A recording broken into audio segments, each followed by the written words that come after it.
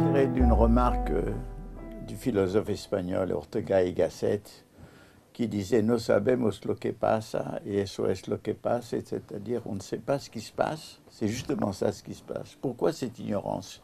Parce que la conscience est toujours en retard sur l'événement pour comprendre ce qui s'est passé. Ensuite, parce que nous sommes dans une époque d'évolution extrêmement rapide et effectivement le retard est encore plus grand. Et puis aussi, c'est que la complexité des événements est extraordinaire. Tout est mêlé, les phénomènes économiques, sociaux, politiques, religieux. Et c'est cette complexité qui est difficile à comprendre.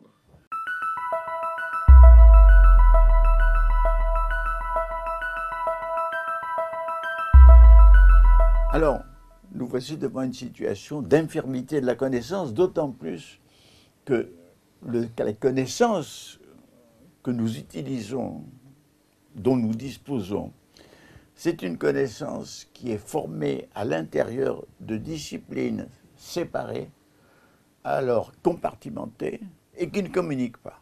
Alors vous avez des experts économistes, des experts démographes, des experts toutes les sciences, mais ces sciences ne communiquent pas. Or, la réalité ne ressemble pas à l'université. Les choses séparées à l'université sont mélangées dans la réalité. Et voici la cause ultime. Notre mode de connaissance nous rend aveugles devant les problèmes globaux et fondamentaux.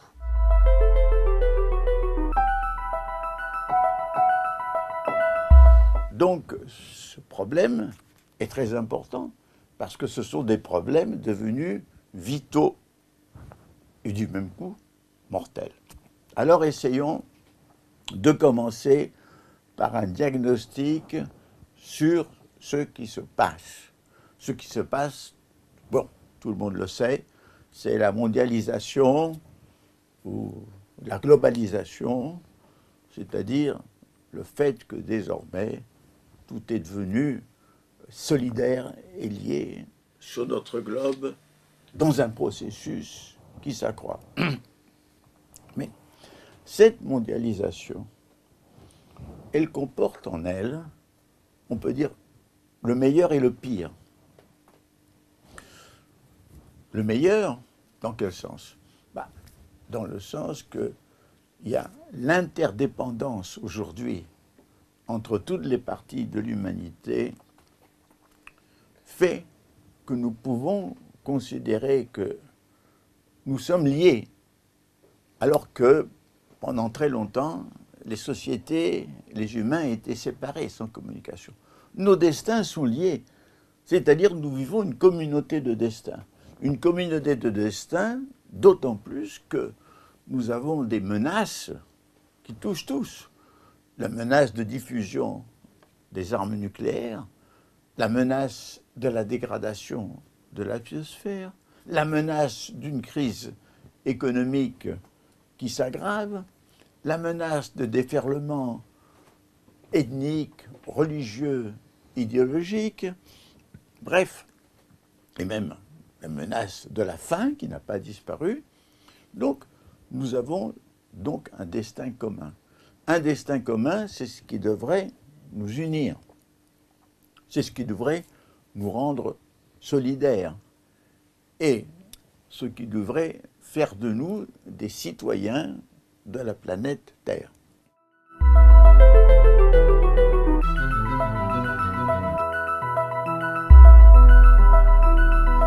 Ce processus, en plus, a créé le soubassement d'une société à l'échelle du monde.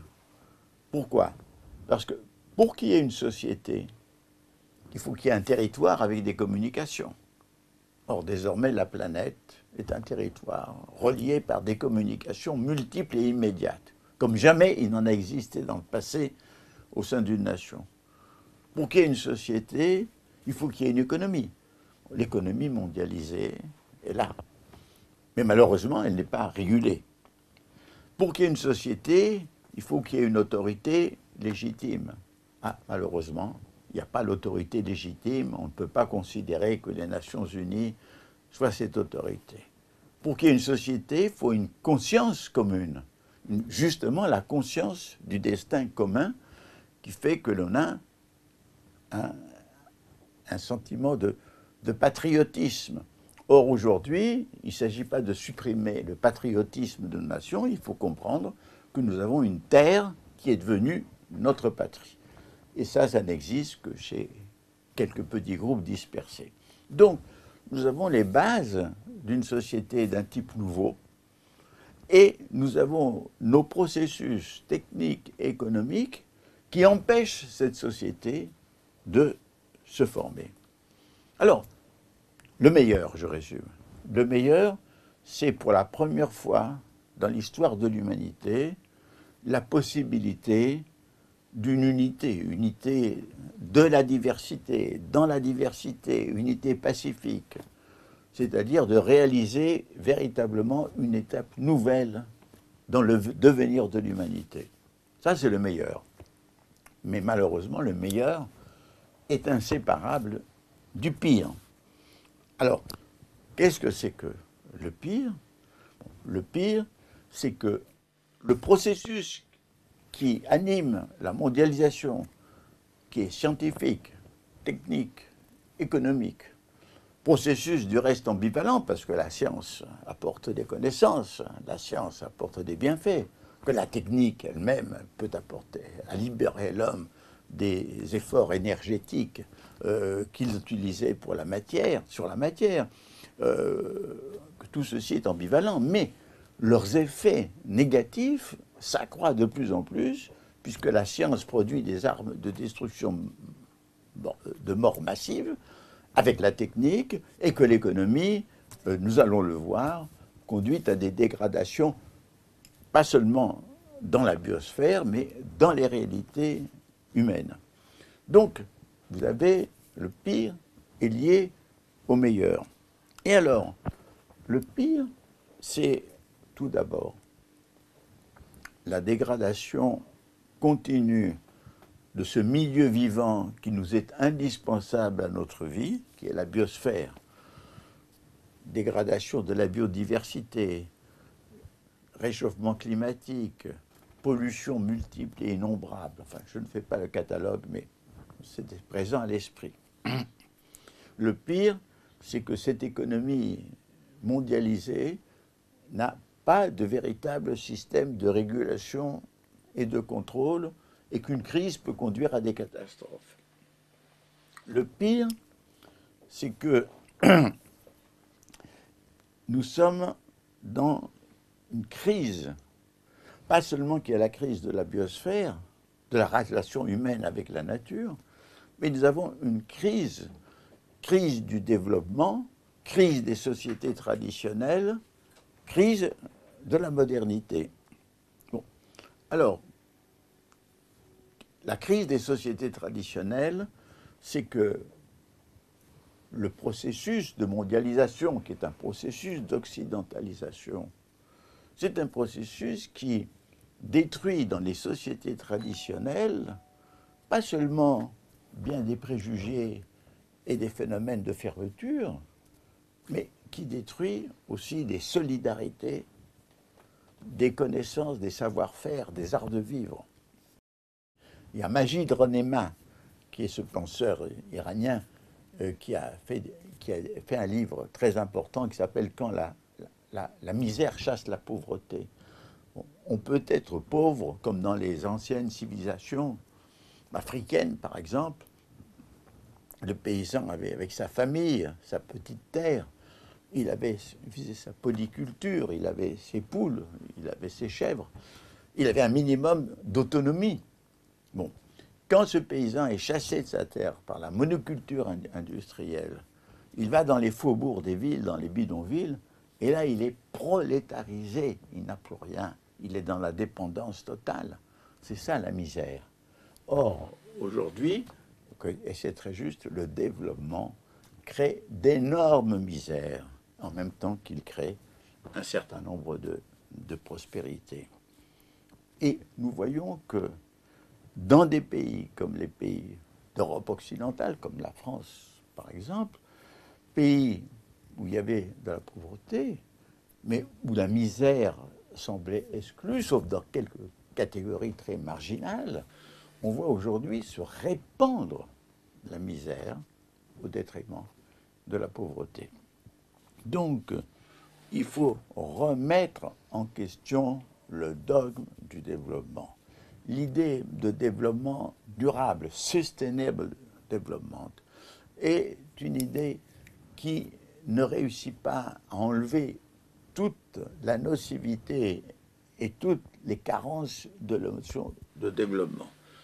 Il faudrait parler à ce moment-là de développement humain. Pourquoi? Parce que le développement tel qu'il a été conçu nous dit que c'est la technique et l'économie qui sont la locomotive qui va entraîner tout le train d'une vie meilleure, de la démocratie, du bien-être, de la satisfaction, de la diminution des conflits sociaux.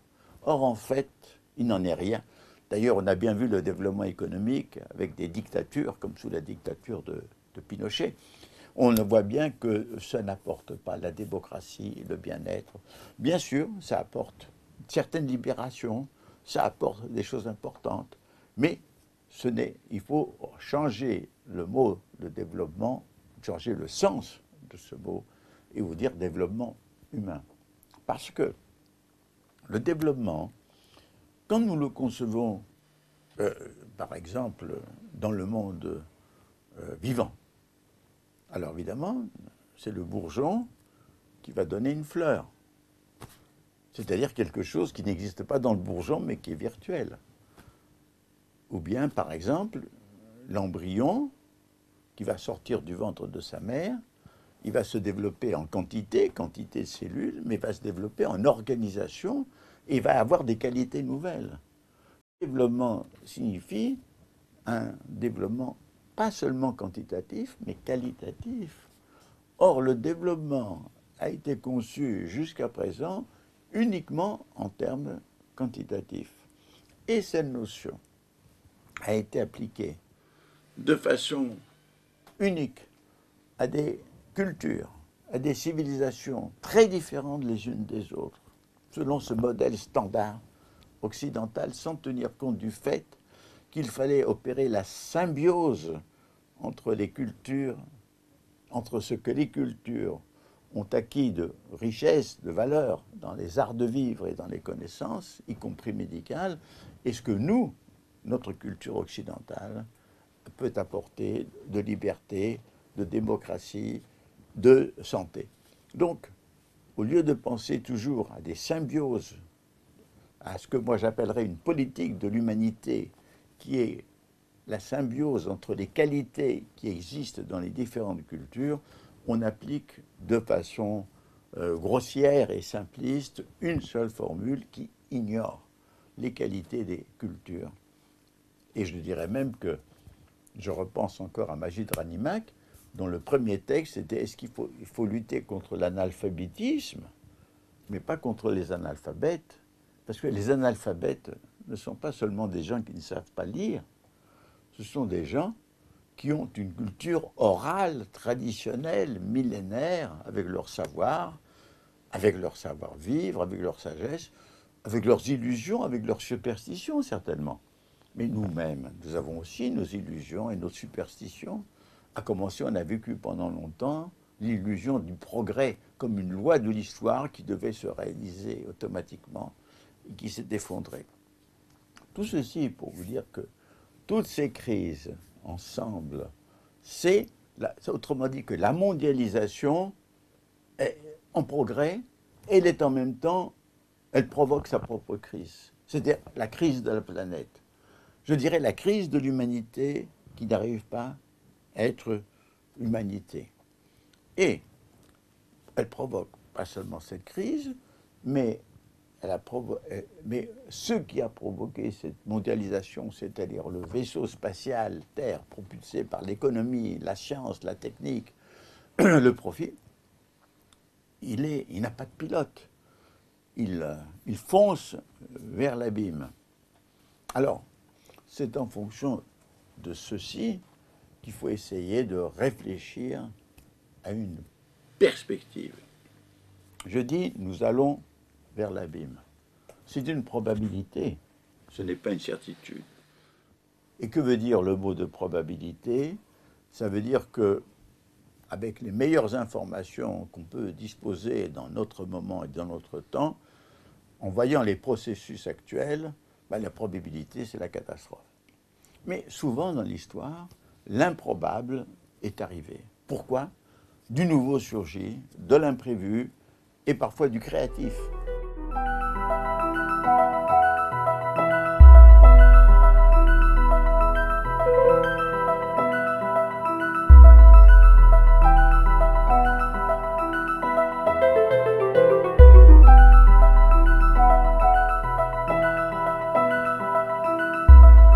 Il faut savoir que quand un système n'est pas capable de traiter ses problèmes vitaux, qui sont en même temps mortels, ou bien ce système se désintègre, ou bien il régresse, ou bien il arrive à secréter, à créer de lui-même un système plus riche, capable de traiter les problèmes, c'est-à-dire un métasystème.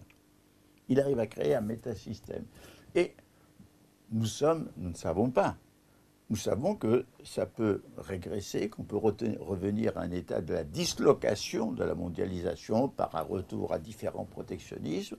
Nous pouvons penser que tout ça peut amener à une grande désintégration. Nous pouvons penser peut-être qu'il faut aller vers la métamorphose. Mais alors comment? Alors méta, c'est un mot intéressant, métasystème, parce que ça fait penser à métamorphose. Et le mot métamorphose est un mot très riche. Il est plus riche que même que le mot de révolution, parce que ça veut dire qu'on se transforme. Tout en restant le même, on devient un autre. C'est par exemple la chenille, qui est un animal rampant, qui s'enferme dans une chrysalide, où elle va commencer par se détruire en tant que chenille, détruire son système digestif, sauf son système nerveux, pour se reconstruire de façon tout à fait différente en un insecte ailé. Et au terme de ce processus, effectivement, la chrysalide se déchire et apparaît la libellule ou le papillon, c'est-à-dire la métamorphose. La métamorphose est un phénomène assez fréquent dans le monde animal. Nous-mêmes, quand nous sommes dans le ventre de notre mère, nous sommes des animaux aquatiques qui ne respirons pas avec de l'air, de l'oxygène, mais quand nous en sortons, nous sommes métamorphosés en animaux terrestres. Mais dans l'histoire humaine, il y a eu des métamorphoses, comme le moment où des petites sociétés de chasseurs-ramasseurs qui peuplaient la Terre, en quelques points du globe, se sont réunis, organisés, hiérarchisés, je ne sais comment, pour créer des sociétés de l'histoire, les grandes sociétés avec les villes, les campagnes, l'agriculture, l'armée, la religion, les arts, etc. Donc, la métamorphose est une possibilité, et le grand problème, nous le comprenons, c'est de sortir de cette histoire de 10 000 années de guerre ininterrompue, guerre devenue aujourd'hui folle, parce qu'elle risque de détruire toute l'humanité, pour arriver à un nouveau stade, à cette société-monde dont je parlais. Et comment y arriver? Alors c'est là où nous nous proposons d'explorer, disons, les voies pour y arriver. La première idée, c'est qu'il y a les réformes. Il y a 7 types de réformes inséparables. Pourquoi? Parce que réforme économique, réforme sociale, réforme politique, réforme de la connaissance, réforme de l'éducation, réforme de vie et réforme éthique. Une réforme seule est insuffisante.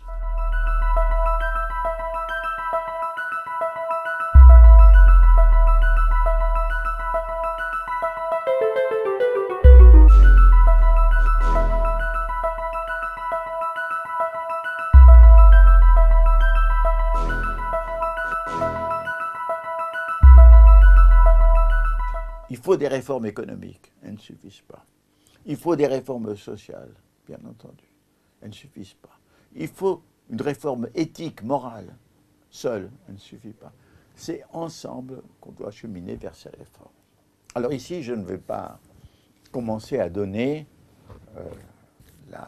une première liste des réformes dans chaque champ. Ce que l'on peut comprendre déjà, c'est à quel point la réforme de la connaissance est indispensable, puisque notre connaissance actuelle nous empêche, nous rend aveugles. Alors donc, c'est très important, et donc elle commande les réformes de l'éducation.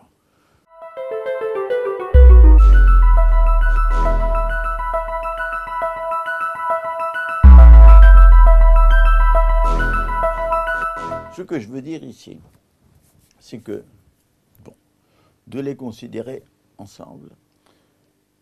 Et deuxième chose, c'est que partout, que ce soit en Europe, en France, en Afrique, en Amérique latine, partout, à la base des sociétés, il y a des initiatives de toutes sortes qui se font, qui naissent, dans lesquelles des solidarités se créent, des associations se forment, des petites entreprises existent pour lutter contre des pollutions, pour redonner vie à un village, pour créer des activités, des activités économiques de solidarité, des initiatives pour retrouver un lien, pour lutter contre la dégradation de l'environnement, de toutes sortes.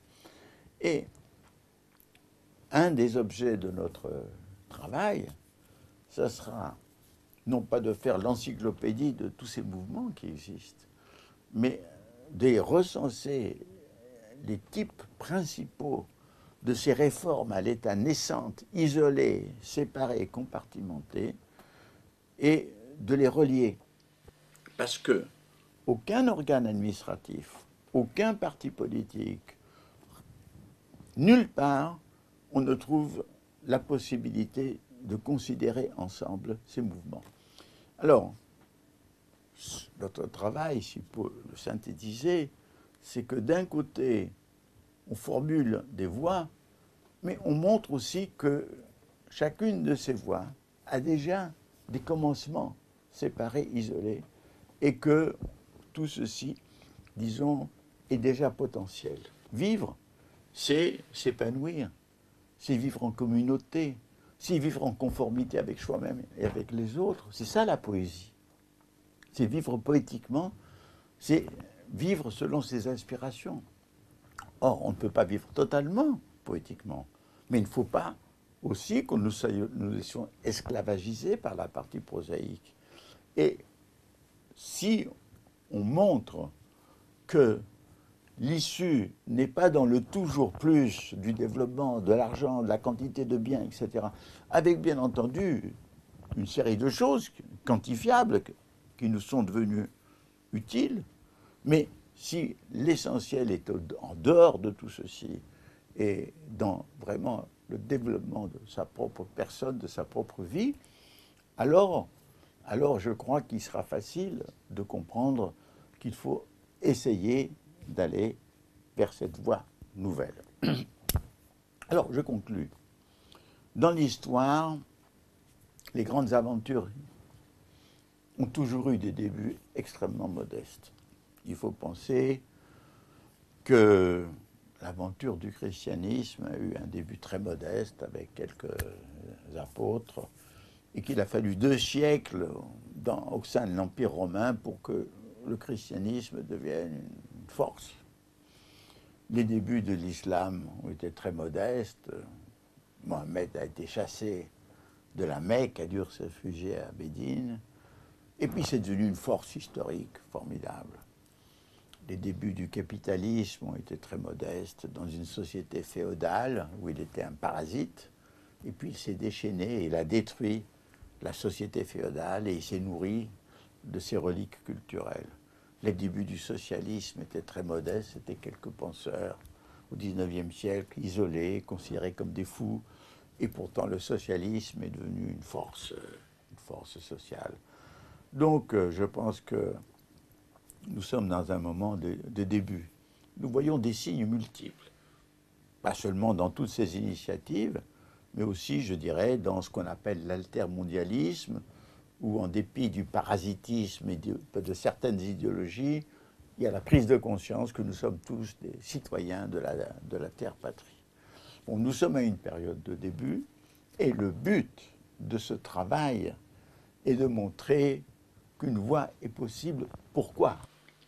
Parce qu'une chose qui paralyse, c'est que dans la situation actuelle, les anciennes générations qui ont cru au socialisme, au communisme, qui ont cru qui ont cru à l'économie de marché, qui ont cru à la solution des problèmes. Ces anciennes générations sont désappointées, désenchantées et n'ont plus d'espoir. Les nouvelles générations, ils arrivent dans un monde sans futur. Nul ne peut dire ce que sera demain. Et ils sentent qu'il y a des menaces globales et des menaces personnelles, notamment dans la précarité de la société. Là aussi, il n'y a pas d'espoir. Montrer qu'une voie est possible. Et le possible ne veut pas dire certain. Que l'espérance est possible. Et l'espérance, je le répète, peut dire certitude. Montrer qu'un chemin est ouvert à l'espérance, c'est une chose qui peut contribuer puissamment à progresser dans la voie, à amplifier cette voie et aller vers cette métamorphose que nul ne peut encore imaginer, parce qu'avant, une création ne peut jamais ce qui arrivera